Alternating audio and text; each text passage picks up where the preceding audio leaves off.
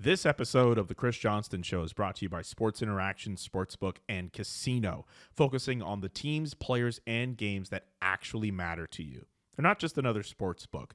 They have a brand new betting platform with even more ways to bet, including same-game parlays. So if you're trying to bet on the barn burner of a Thursday night football game that will feature the Chicago Bears and the Carolina Panthers. Yes, I said barn burner with a straight face. It's an absolute game changer. Or hey, maybe you're going to watch the Edmonton Oilers San Jose Sharks. Those are some great games for you to bet on and take advantage of the same game parlays. There's also the Sports Interaction Casino, the best in the market with an insane amount of games and live 24/7 dealers. So I deal with those American companies who know nothing about your city. Sports Interaction, your homegrown sportsbook.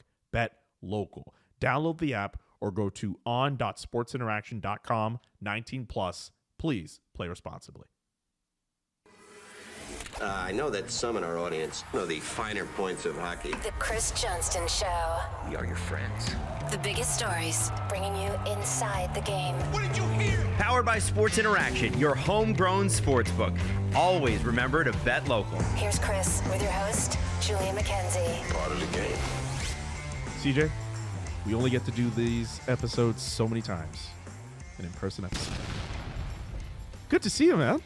Good to be seen. It's nice to be in the same room. Producer Nick, too. Yeah, producer Nick is in the house as This well. is like the rarest of things. 'Cause I know. A few times when we've done the in-person episodes, Nick hasn't always been on the ground Yeah. with us, manning the controls. Yeah. I love this setup, man, where I get to do a show with you. Producer Nick is there. Like, I love this, like, three-man setup that we have. And I have to admit to everyone today, upon further measurement, I am a short king. I can no longer hide away from that. I can no longer make assumptions about, well, not assumptions, but declarations that I am well above them in height or I'm 5'9" or anything like that. I'm only marginally taller than Chris Johnston.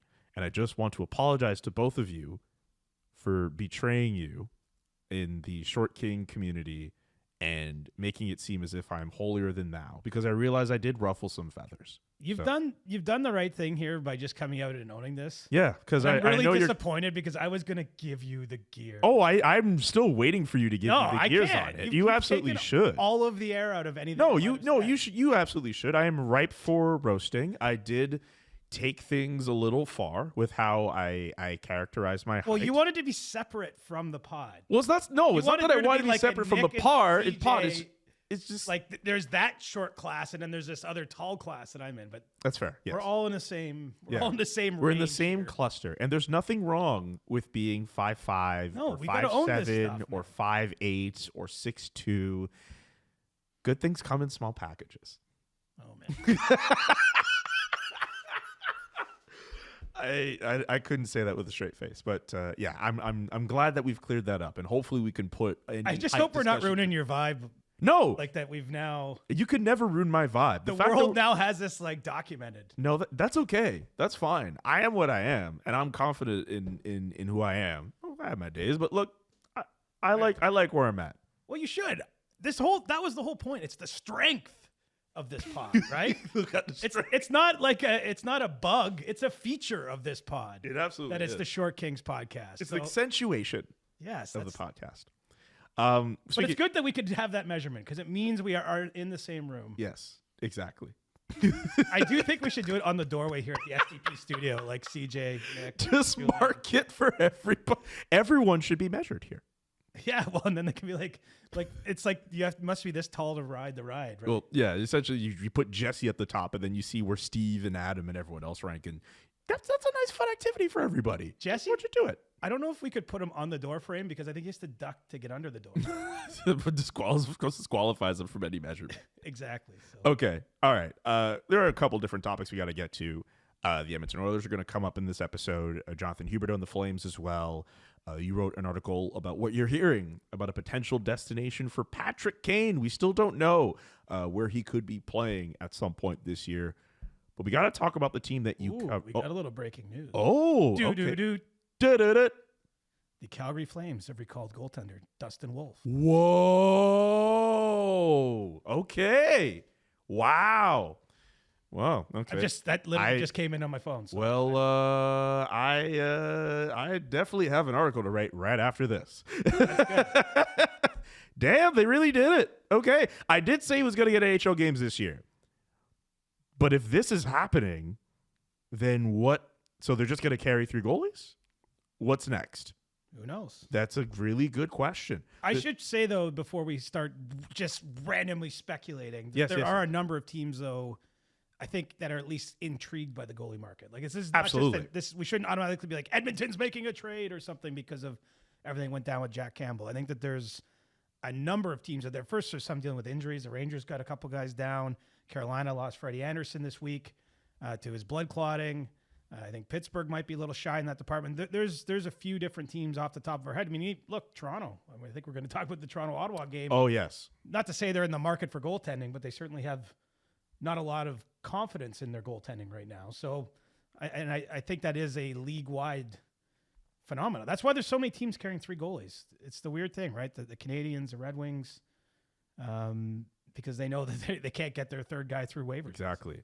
Yeah, but that's just for the market, for people who are not familiar with Dustin Wolf. This is the team's best prospect. He has been the league MVP on back-to-back years in the AHL. He is the shining talisman of all the prospects that they have in their stable, and fans in Calgary have been clamoring for him to get called up. Isn't Dustin Wolf kind of a short king? Like relative? Oh, not kind of. He's like the same size as, or I don't know. I mean, do you consider UC Saros a short king?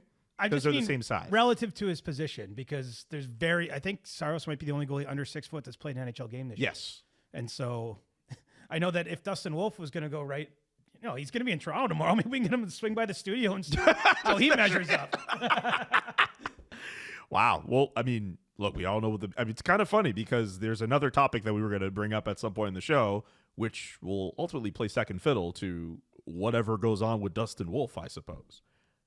Unless maybe they play him, maybe they don't play him. I don't know. Who knows? There's a lot of possibilities there. Yeah, I mean, this is so dated. I mean, the cool part about breaking news during the show, it's like, whoa, this is cool for us. Like this actually, so it's neat for us because this has just come out. Yeah. But we have no extra information other than a press release sent by the team at this point in time. No. I would say this, though. My first instinct says you do not call up a third goaltender to not play him. Now, it doesn't mean he's playing in Toronto because there's back-to-backs this weekend. Correct. There's Toronto, then Ottawa, and then they have a couple days, then they're playing the Canadiens. So you're probably going into Friday, Saturday, not starting the same goalie on the same night. Yes. But I would be surprised if they were calling him up and not playing him one of Friday or Saturday. Yeah. I wonder if all 3 goalies play. But anyway, we can maybe, if there's any other stuff that comes up with that, we can bring that up when we discuss Jonathan Huberdeau. We can talk about the Leafs-Sens game to start. I was on the plane for most of that game. I watched the highlights. There was like one clip shared in our group chat where I think on the TNT broadcast, they're calling the game, and then Paul Bissonnette's like, hey, they got to fix the defense, and then they get scored on as he's talking about it. You saw the game. What did you make of the Leafs defense? Well, I mean, look, the game is the game was a big game. It's a national game in Canada.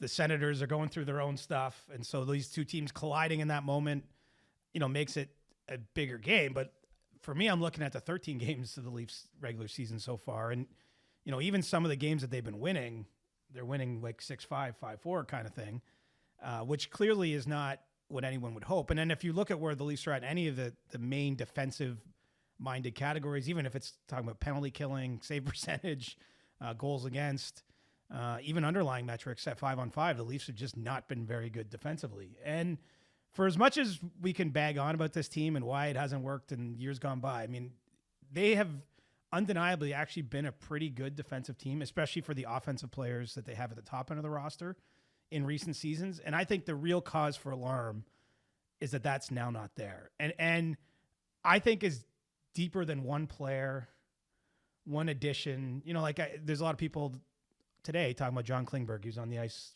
4 goals against. So, I mean, that's going to get you noticed in a market like Toronto when the team's struggling, when the coach comes out after the game and says that their defensive problems, I think, are, quote, out of control. And they have to protect John Klingberg. Well, but the truth is they do. I mean, because he does things at the other end of the ice that are great for your team.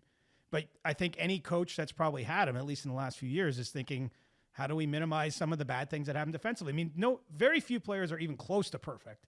And certainly anyone in the middle of the roster and down does have holes, right? And I think that's part of coaching is trying to iron out some of those holes. It's pairing you up with teammates that can be complementary skill sets.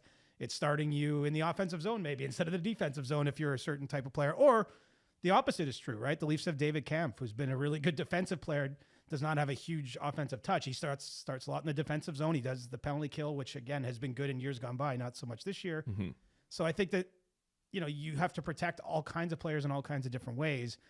But, the market's raging specifically on Klingberg today. I think, more than an injury, and they've had 2 injuries to key defensemen and Timothy Liljegren and Jake McCabe the last little while. More than just the offseason personnel. Like, I think the issue is more even than the goaltending, right? Which I mentioned. Obviously, Ilya Samsonov,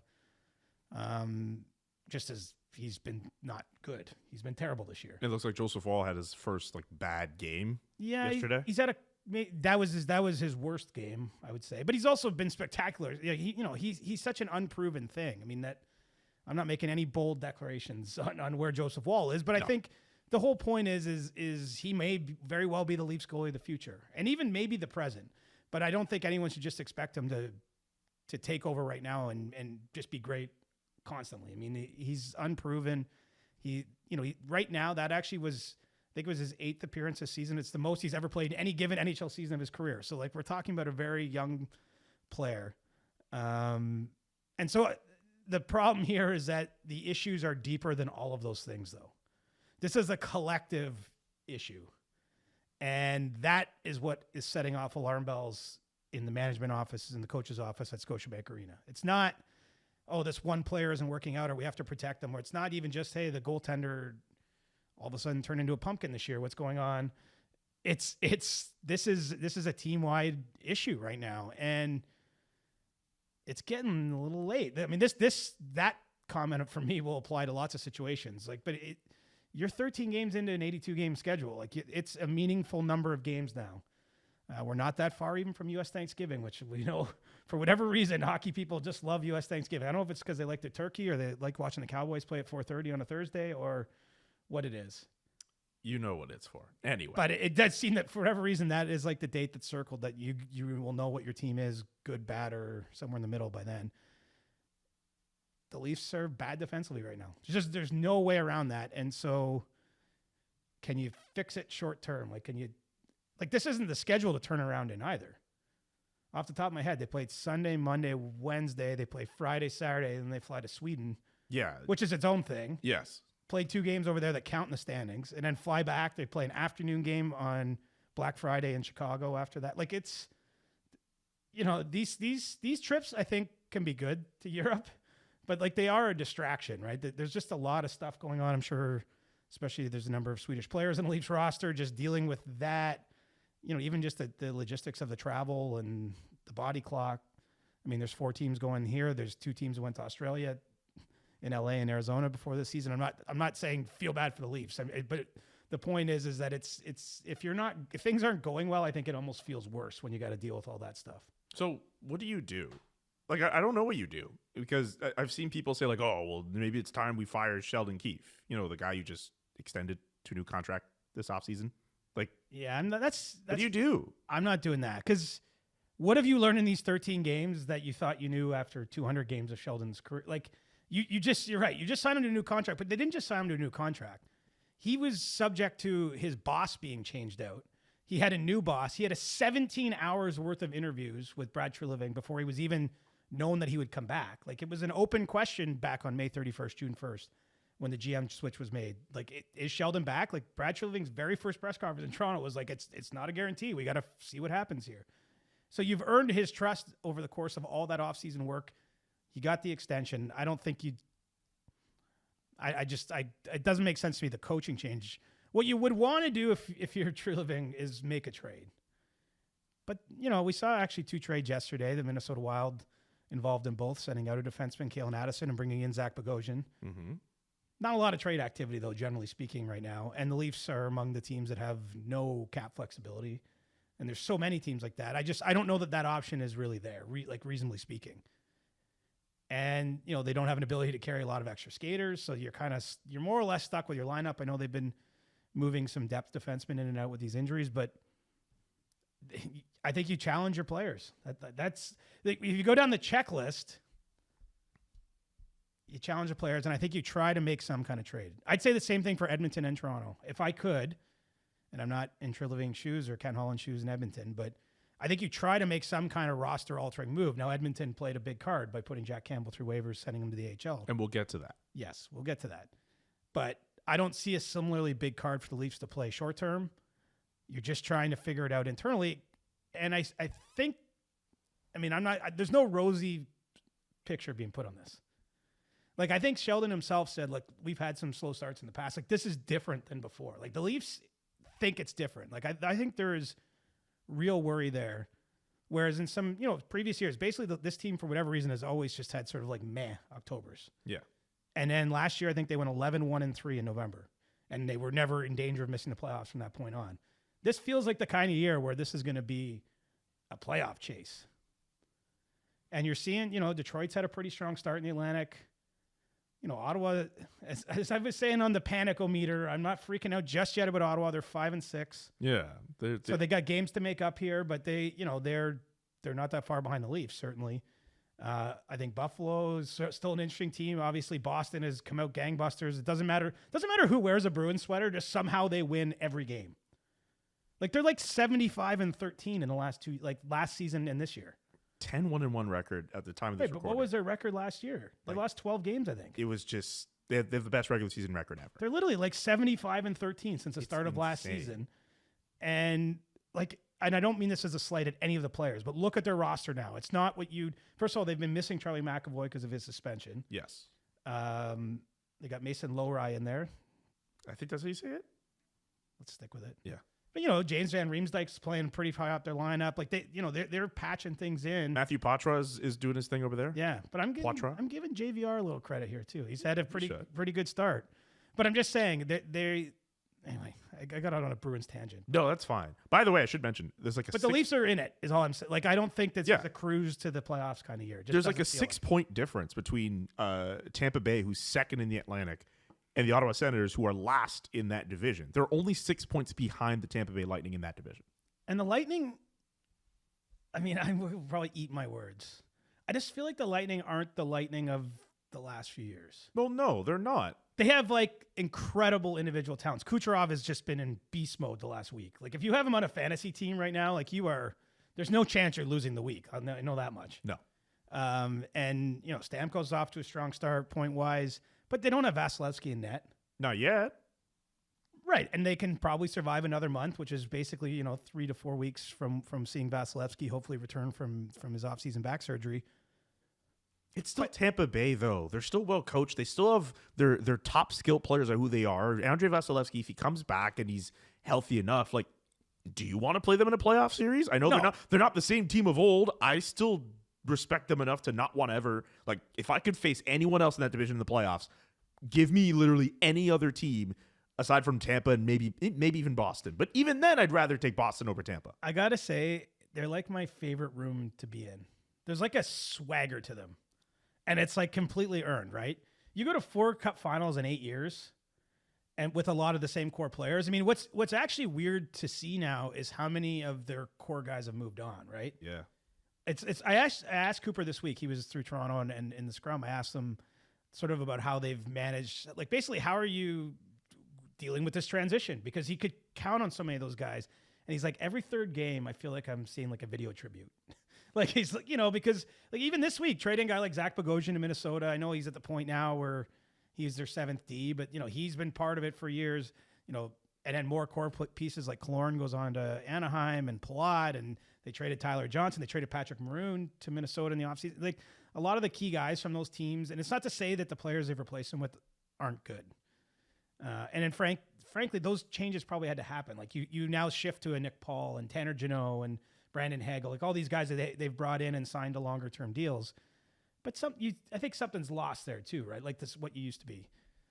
Anyway, I'm all over the map right now. It's totally fine. The Atlantic this is enthralling regardless. The Atlantic is wild. And I'll say this before we go any deeper into it. I haven't even mentioned Florida. Nope. Played in a Stanley Cup final last year. I was thinking about this yesterday. I feel like the Florida Panthers, I'm looking at it right now, 7-2-1 their last 10. I feel like they've just been kind of missing like, two they're of their just- top 4 defensemen. They're like, no one's talked about them like at all. We focused on the Leafs. We focused on the Red Wings. We've seen what the Sabres are going through. The Rangers have gotten some attention. They're leading their division right now. There's all what's going on out west with Vegas playing really well, Edmonton not playing well, Calgary just kind of there as well, Dallas being good. I have not seen anyone talk about the Florida Panthers and the fact that they are third in their division and they're off to a really good start. And they were already going to be down bad with the injuries that they had. They're off to a good start. And I'll leave you with this because we can get to this when we get into the Patrick Kane stuff. The East is it's two different like the two conferences are distinct to me. Yes. And this will be relevant to the Kane conversation because he's staying East. If you're picking a team, like quite honestly, if you were picking a team right now, like Patrick Kane is kind of doing, who would you pick in the East and be like, that team is going to give me a chance to go to the Cup final? Like, it's not as cut and dried as I think out West, where you're probably going to one of like Vegas, maybe Vegas, Colorado, Dallas. probably. Like, I think in the West, there's like more really crappy teams, and then you got that high end, and it's maybe a little more defined tier wise. I don't know that the East, especially like, and I'm going to look so dumb because Boston is already lapping the conference. But it wouldn't surprise me if Boston did come back to earth somewhat. Like, I could just see it being like a really, obviously within that, teams are going to have good seasons. I think the Rangers are still good. I think the Devils are still good. Like, there's a lot of good teams. It's just hard for me to say who is the best team. Oh man, that's why we got to play the games, man. We got a What lot. a start to the season has been, though. It's been kind of weird. Like, Yeah, just no one's really. I mean, I still think Vegas, we slept on them, but like, I don't know. There's still so much road to go. I can't wait for the American Thanksgiving episode because we get to do my favorite thing, which is we look at all the teams who are in playoff spots, and you get to tell us if they're going to stay there or not. all right. That's where I just get radioed to hell. Don't worry, CJ. We'll make you look good. Well, Is there anything you want to add about the Senators before we get to sports interaction? Huge win for them. Michael Anlauer in the building, their new owner. I think, and I mentioned this on Monday, but I want to reiterate. I think the talk about DJ Smith's job is a little overcooked. Now, when the fans are chanting, fire the coach, naturally there's going to be a media discussion that follows. Like, hey, are they firing the coach? I really don't think they are. And obviously a win like that helps them stave it off. But, you know, they're right back playing a bunch of games this weekend. I mean, they're not out of the woods yet, but I do think that they really are going to try to just have some stability and some calm around there. So you don't think there's like a replacement in waiting over there? If you're winking at Patrick Waugh, I don't buy that. Oh, well, that's funny. His name has been mentioned. I've seen at least. Well, there one was other like name. reports he was in a restaurant in Canada this Yeah. week, which he may or may not have. We don't know. I'm not addressing where Patrick Waugh is eating dinner these days or lunch, Okay. but I would be surprised if he was coaching Ottawa anytime soon Okay. All right. Well, or ever. Frankly, I don't see it. so no other names. No, I don't even know what you're winking at. Oh, I'm not winking at anybody. Okay. I'm just wondering. No. That's fine. Anyway, let's get to David Bastel in Sports Interaction, and we'll get to talking about the Edmonton Oilers on the other side of the break.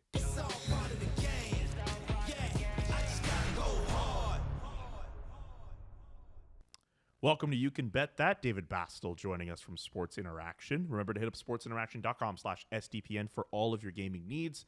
DB, we're talking about coaches who could be fired, who could be the first one on the firing line in the NHL. Yeah, that's give us the list. That's exactly it, Julian. First one to go, and right now DJ Smith is the favorite at Sports Interaction.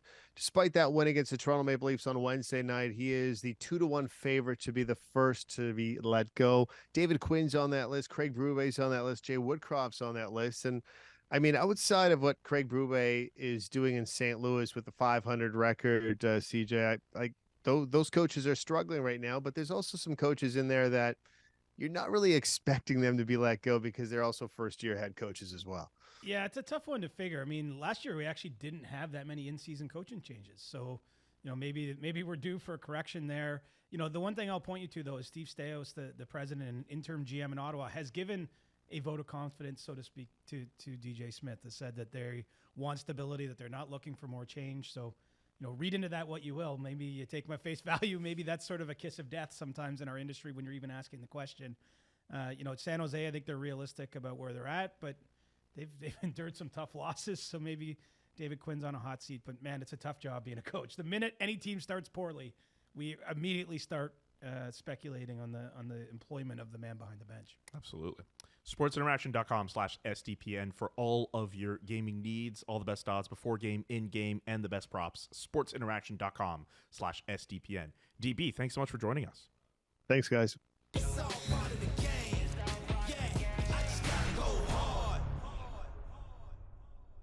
This episode of the Chris Johnston Show is brought to you by SeatGeek. With over 28 million downloads, SeatGeek is the #1 rated ticketing app. There are more than 70,000 events every single day on SeatGeek, including concerts, sports, festivals, and more, with NFL and NHL in full swing, the NBA as well. SeatGeek has your tickets to every game. Plus, if you're trying to see artists on tour like Travis Scott and Zach Bryan, they got you covered with those tickets too. They put all the tickets across the web in one place to make sure you're getting a good deal, and every ticket is rated on a scale of 1 to 10, so look for the green shots. Green is good, red is bad. Every ticket is backed by their buyer guarantee, and SeatGeek is the only site that lets you return your tickets ahead of the event with swaps. We got a code. We got a code for you guys. Johnston. Use the code Johnston for $20 off tickets at SeatGeek. That's $20 off your first purchase with the promo code Johnston. Make sure you click the link in the description or download the app. This episode of the Chris Johnston Show is brought to you by Factor.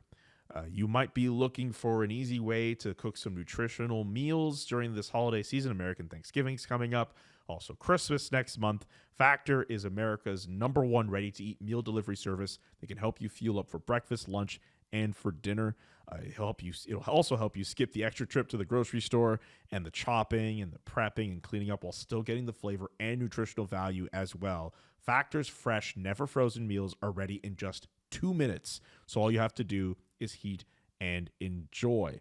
If you're looking for calorie conscious options over the holidays that also taste great, you can try the delicious dietitian approved calorie smart meals with around or less than 550 calories per serving. Some pretty good stuff from Factor. Head to factormeals.com/Johnston50 and use the code Johnston50 to get 50% off. Johnston50 at factormeals.com/Johnston50 to get 50% off. CJ, let's talk about the Edmonton Oilers. They waive Jack Campbell. He goes unclaimed. He goes down to the American Hockey League. Calvin Pickard gets called up in his place. What did you think of that situation? I wasn't that surprised it's a reflection of how desperate it's getting in Edmonton and how, this is not something as a GM you want to do. It's certainly not the first, it's not like the first, you've been through a few steps before you get there, right? Behind the scenes, in terms of considering ways to get things going, to get the player going, to look at the trade market, to look at, could we move Jack? Like all that stuff has to go on before you do that because the ramifications are pretty obvious. He's 18 months into a 5-year contract at a significant amount of money. And it's really highlighting the fact in a way that is not, it's not that it was a secret anyway, that it hasn't gone well, but it's clearly the next step in the process. So I wasn't totally surprised because I knew it was an option for them, but that being said, it's still, like Cal Peterson kind of went through a similar situation in LA, but he didn't have as much runway left on his deal. It was a shorter term contract that he was on. And, I just think that it's a sign of how desperate the Oilers are, frankly, because, what it does allow them to do, obviously the first hope, I think that there's a realization, unless they're trading out like a first round pick and something else, that's probably what it's going to take to get rid of Jack Campbell's contract right now. So I think the Oilers would prefer to keep some of those prime assets to hopefully be acquiring players at the deadline. They have to be in a position where they're going to make the playoffs for that to be a relevant thing. But with Campbell, I think the hope is that he can find himself. And remember, he's done this before. Like this, for those that are maybe newer to the Jack Campbell story, part of what was so tremendous about his rise in Toronto and in LA actually before that is that he was a top pick, wins, World Under 18 as Team USA's goalie. I believe he won a World Junior tournament as well. Played one NHL game as a top pick of the Dallas Stars and was on an odyssey through the ECHL and the American Hockey League. And he found himself and he found his game and he got himself together. He rose up and became a great story in LA and then ultimately moved on in Toronto and became the Leaf starter. Played a game 7 for them. Was very hard on himself afterwards after losing to Montreal for one of the goals he let up. But, he did rebuild his whole professional career in the AHL once before. So I think Edmonton's hoping that can happen again. In the meantime, they bring up Calvin Pickard. He's played lots of NHL games, over 100. Was having a strong start to his season in the AHL, and they're now accruing cap space, basically because of the difference between the contracts and what they can bury in the minors salary-wise from Jack Campbell. And so onwards they go. And, maybe Pickard's going to play games. I think more important. I mean, obviously he's going to play some games, but I don't know how much he'll play. I mean, Stuart Skinner's not playing very well either, right? They're other goaltenders. Yeah, so. both of their goaltenders, including Campbell and all this, their save percentages are below 900. Like, it has not been a great time to be an Oilers goalie at this point. No, and like I sort of see the Oilers, it's like everything going wrong at once, kind of. Like, it's very clear that Connor McDavid is not at 100%. And, obviously missed a couple games before returning for the Winter Classic. Heritage Classic. Sorry. All good. Heritage Classic. Yeah. They blend. But that's the problem with outdoor games, but that's a whole other topic in itself. But yeah, so Connor isn't at his best. Draisaitl's kind of gone through a down spell. Ekholm's been off to a difficult start to his season. Like, just some of their key guys aren't at their best. The goaltending's falling apart. It's been an imperfect storm for Edmonton to start the year. And now they're one of the, this is what we do. Now that everyone's saying they need to replace the coach and all this sort of thing. I think that they would think about it. They have to consider everything. I mean, the one thing we maybe haven't said enough on this show, and I want to say it in big flashing lights. Okay. This is a frickin' big year for the Oilers. Like, everything beyond this year, I'm not saying anything. I don't know what will happen. I don't have the crystal ball. But nothing is guaranteed beyond this season. And, on July 1st, 2024, I can tell you, we're going to be talking about what are they doing with Leon Draisaitl? Is he going to be signing an extension? Because he will be 1 year out from being a UFA. And if they're not signing him that day, can they afford to play it the way they say the Maple Leafs are playing it with William Nylander or the Flames are playing with Elias Lindholm? I don't know if they can with Draisaitl. Meaning, if he's not signing, they I think, would have to trade him.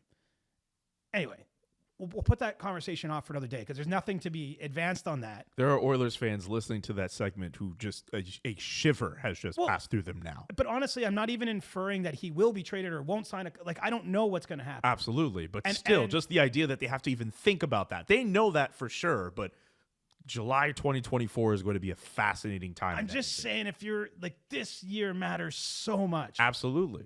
And, I don't think it's lost with where they're sitting.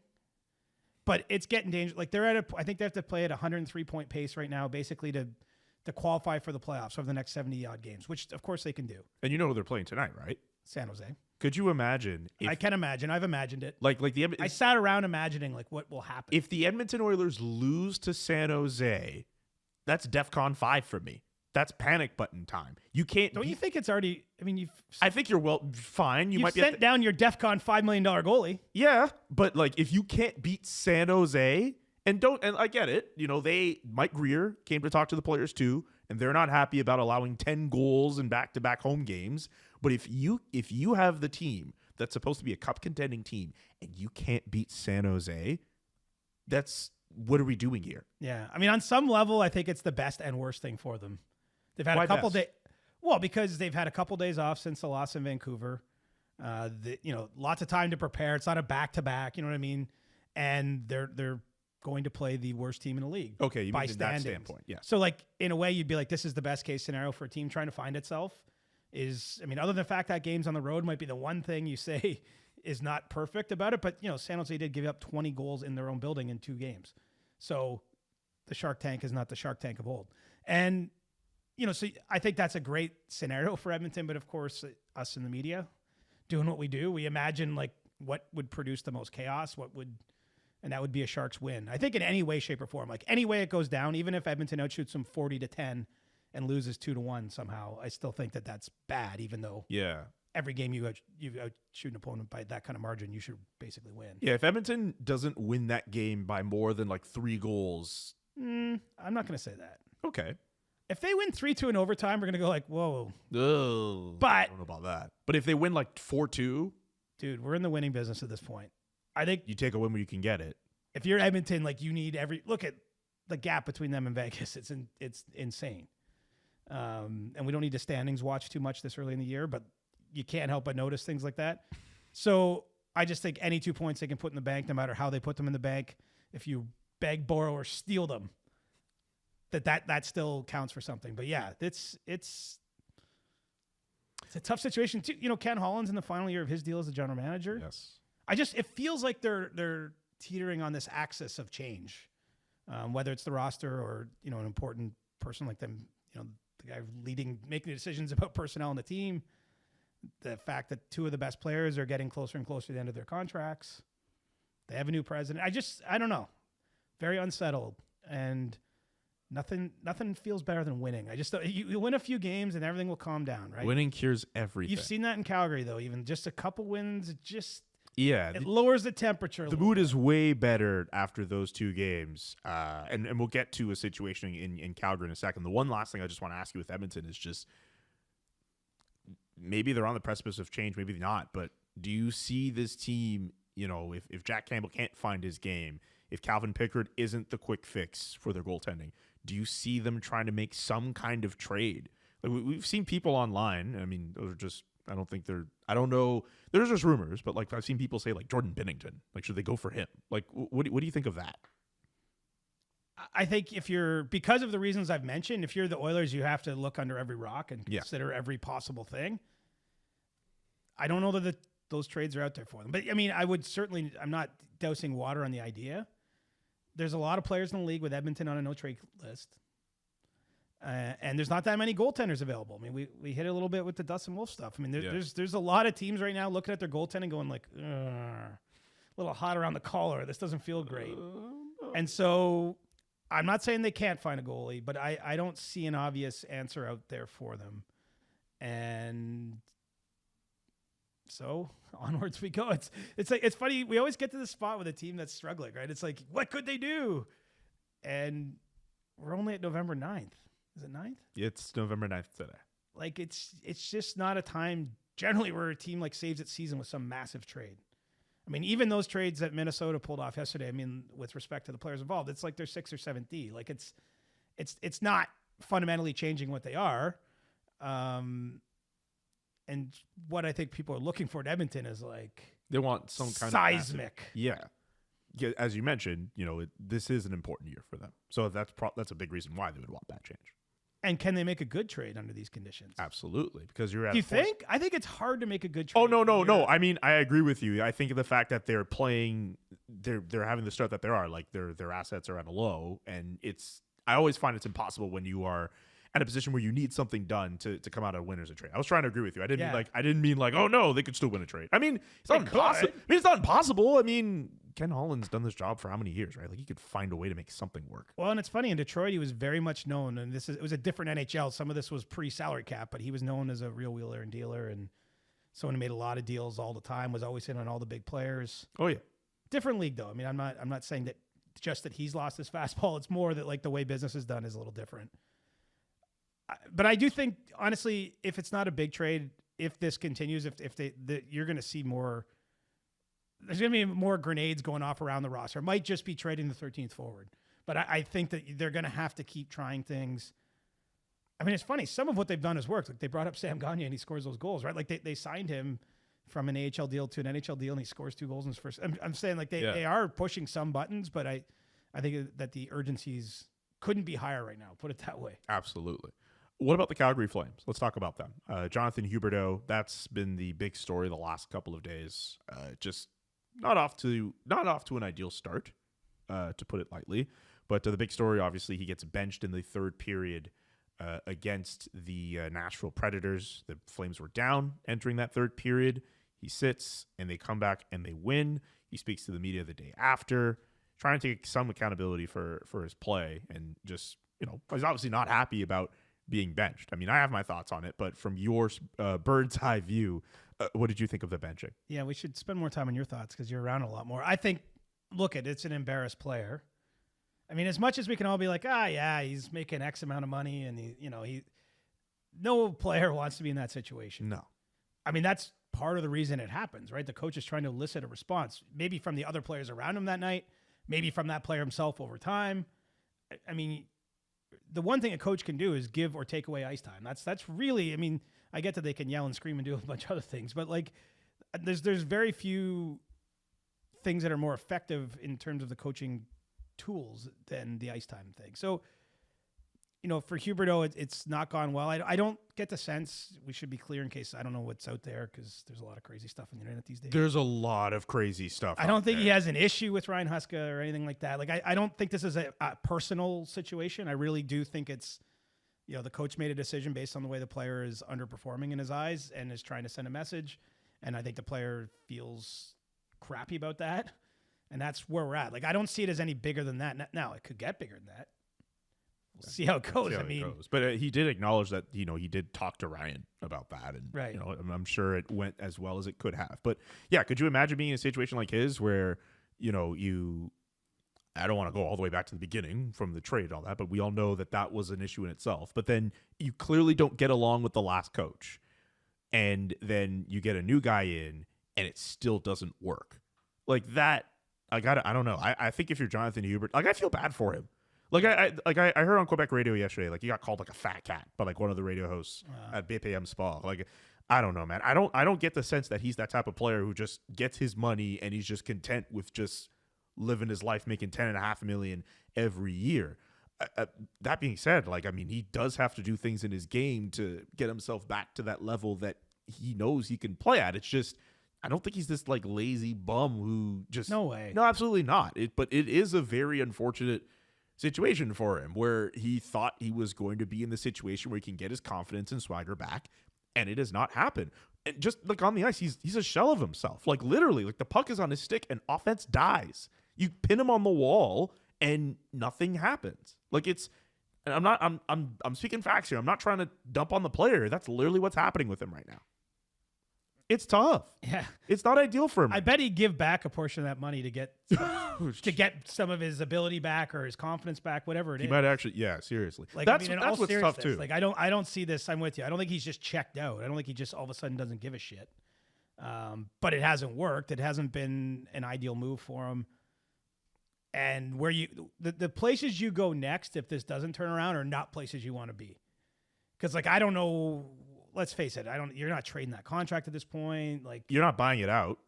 It's just everybody involved can't let their minds go there. I think that they have to be okay, how do we get the most out of Huberdeau? And I would expect they're going to continue trying to do that. I would expect a trade. I think if I'm trade him. No, not trade him. I would expect some kind of move where you get a player who can play with him.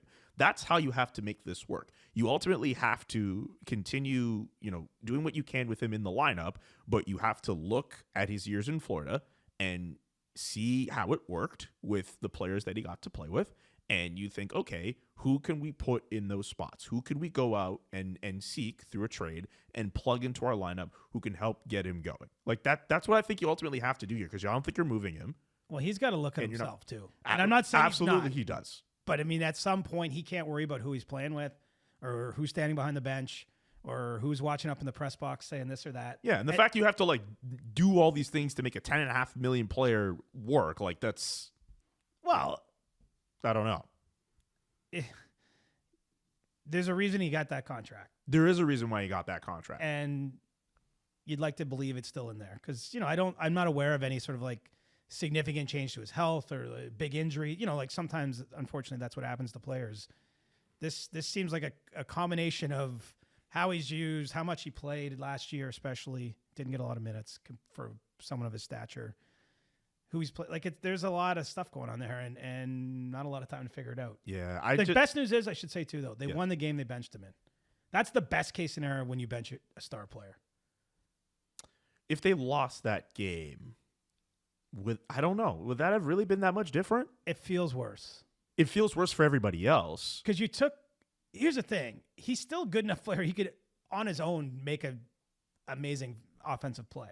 So if you lose the game and you've intentionally taken him out of your arsenal, it's just that's fair. I think it's a little easier to digest when you've won and you're like, okay, now we go back. Everything worked that night. And I'll tell you what, though, I liked how, to your point, with the way that game went for them, it also makes it easier for the players to respond the way that they did. Like I personally, I think the way the players responded after, with one quote in particular from Dylan Dubé, I'll read a bit of it here. Hubie is the man. He's good. The most positive guy I've been around. He's a hell of a player. He's a hell of a person. It's fine. It's one period of his life, of his career. It's not a big deal. Him, Noah Hannafin as well. Like, and McKenzie Weegar spoke yesterday too. I thought the way the Flames kind of stood up for him and just said essentially that they have his back. I mean, I'm sure maybe in other markets it's happened like that too, but that just kind of stood out to me, just because I don't get the sense that Huberdeau in that locker room is like a pariah or like maligned or anything like that. I feel like those guys generally like him. Sure, and it's a sign they like each other in general. Like that's what you want. That's the response you want from a team to something that's not great. Did you see who else was benched this week? Well, a couple of days ago, I know Johnny Gaudreau was benched. Yes. And that's what I was alluding to with the crazy stuff, because there are people in Calgary right now who are like, oh, hey, maybe we should trade Gaudreau and for Huberdeau. I don't know if you saw too. I don't know if this is true or not. I never got to know his family like that, but like people were saying that like Gaudreau's uncle was like in someone's mentions and discussing the idea of trading for Johnny Gaudreau. Like it's crazy. That's what I mean by there's crazy stuff out there. Even if that's true, and I say this with respect, I've got some uncles, like they're not privy to knowing everything going on with me. They'd have no influence on my job, future, and security. Like they could say they want me to work for some outlet. I don't know. And at the risk of being totally wrong, and maybe Johnny's best friends with his uncle, he's probably not sharing all of everything in his mind. Anyway, let's put crazy back in the drawer here. All that to say, like people in this market, I mean, every market, it's like that. They just get crazy. And I think it's not going to stop until Huberdeau ultimately plays better, or the team plays as a whole better. They're on a 2-game winning streak. What happens if they start pulling it apart and trading other guys, though? Anyway, well, let's save some content for later. Let's save some content, because I think there's a whole other thing you can discuss with that. We can get to your piece on The Athletic, Johnston, what I'm hearing about potential Patrick Kane landing spots. There's a handful of them, and you alluded to it earlier in our show that he is more likely to stay out east. He is, and I think what's important to know, if you've not been following this blow by blow, is that he and his agent, Pat Brisson, are at the point now where they're weeding through kind of this decision. And, I don't know what day he's going to sign a contract, but I think it's in the relatively near future here.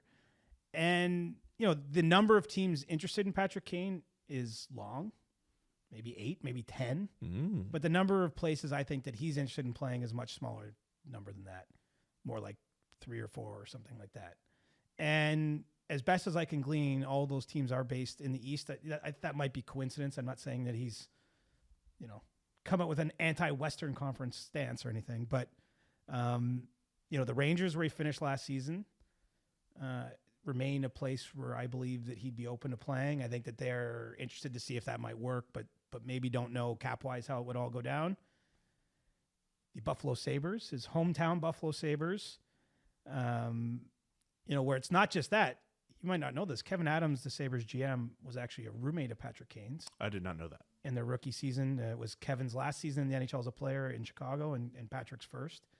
And Don Granato, the head coach, was an assistant coach with the Blackhawks while Patrick Kane was there. So there's connection beyond just the hometown stuff. They also have a lot of cap room relative to, in a league where nobody has cap room, they actually have cap room. Yes, they do. So I could see a world where they can give him a pretty enticing contract, still leave money for other moves as they get close to the deadline, bring him home, maybe give him a couple years, because, while they're on the up and up, it would be hard for me to say with a straight face that I see them as a cup contender this year. Now, maybe they'll prove me wrong, but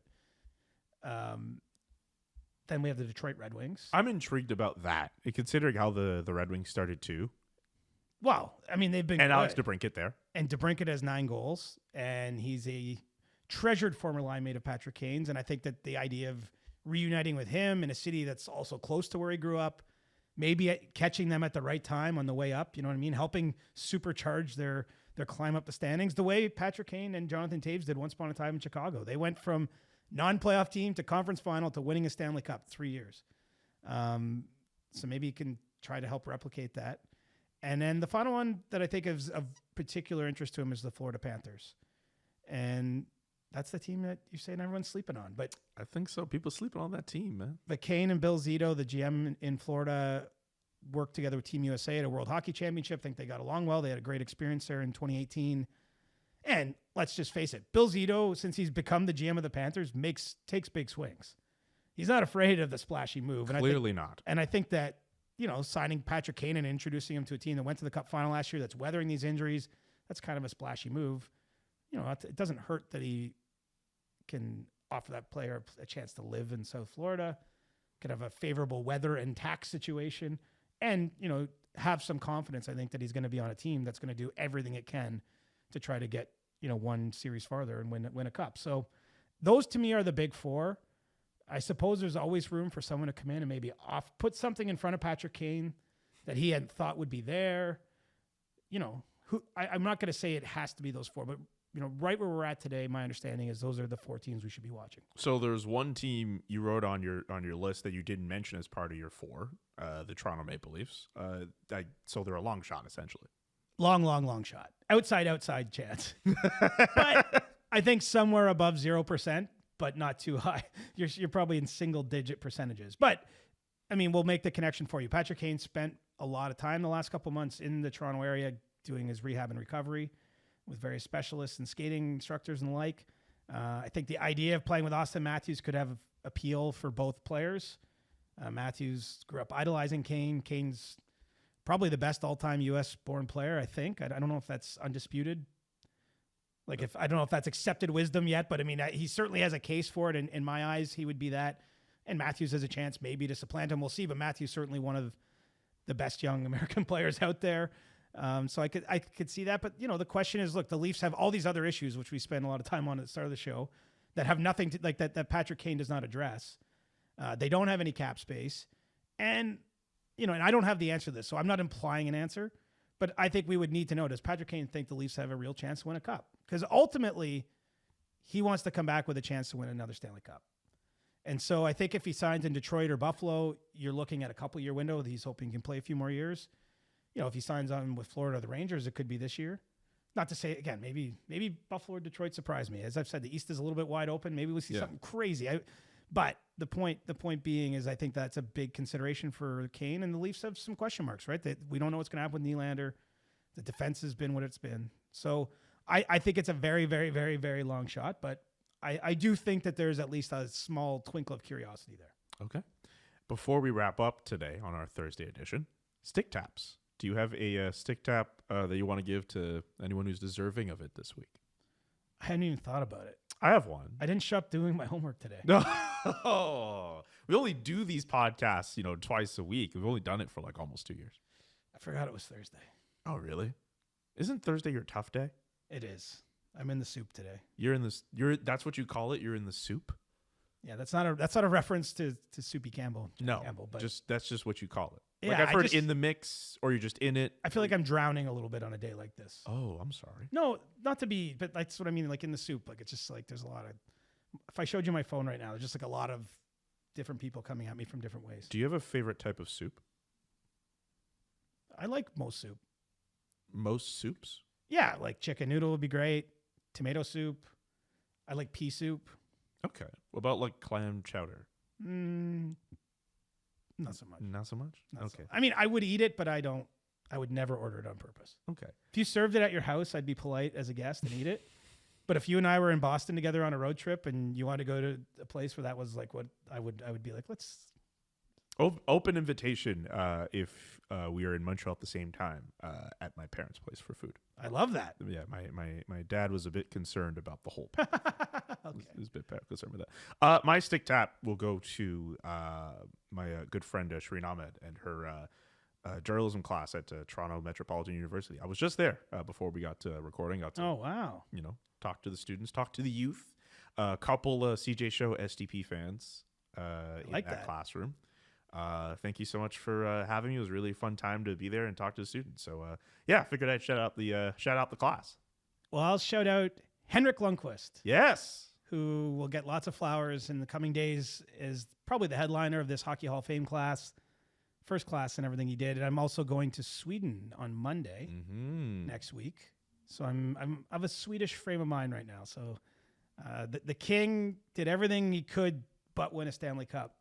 And I do have fond memories of something that he might not remember very fondly, but that 2014 Stanley Cup final against LA, where he was literally giving it his all, and this heartbreaking scene where they lose an overtime game, not the one that ultimately ended the series, but an earlier one in that series, and you could just feel him wearing it. Anyway, first class guy, and I'll give him my stick tap because I'm not going to be able to make the Hall of Fame ceremony because I will be on a plane to Sweden.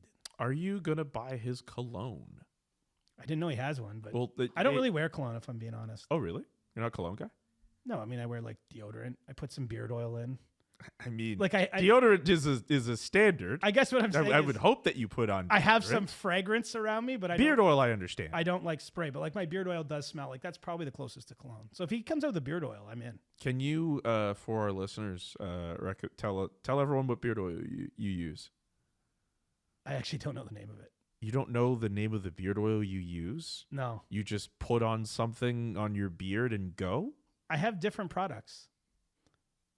My barber safe hooked me up with one like that he gave me one day, and then I have another one I buy, and so you just buy it. It doesn't. You have no idea what you put on your face. No. Come on, man. You are a magical. You know me. Being, you know man. me. You are a magical human being. I always enjoy doing these in-person shows. I love the energy, obviously. Boom. Yes, sir. We'll be back on Monday. You'll be in Sweden then. So we'll figure something. We'll figure something out in terms of. We'll do a Monday show before I fly because I fly. Yeah. So we'll make something. But Thursday, I don't know. We're gonna have to navigate a 9-hour time zone or eight time zones. Anyway. Yeah. Jeez, all these time zones. Jeez. Okay. We'll figure something out. But get your questions in. We will do an Ask CJ for our next episode of the Chris Johnston Show. Subscribe to the podcast. However you listen to podcasts, subscribe to the SDPN YouTube channel. Hit up the Discord as well, and do all the fun things to be a part of the SDPN community. For CJ, I'm Julian. So long, and peace. The Chris Johnston Show. Powered by Sports Interaction, your homegrown sportsbook. Always remember to bet local. Inside the game twice a week. Follow Chris on Twitter @ReporterChris and follow Julian McKenzie @JK and McKenzie. The Chris Johnston Show.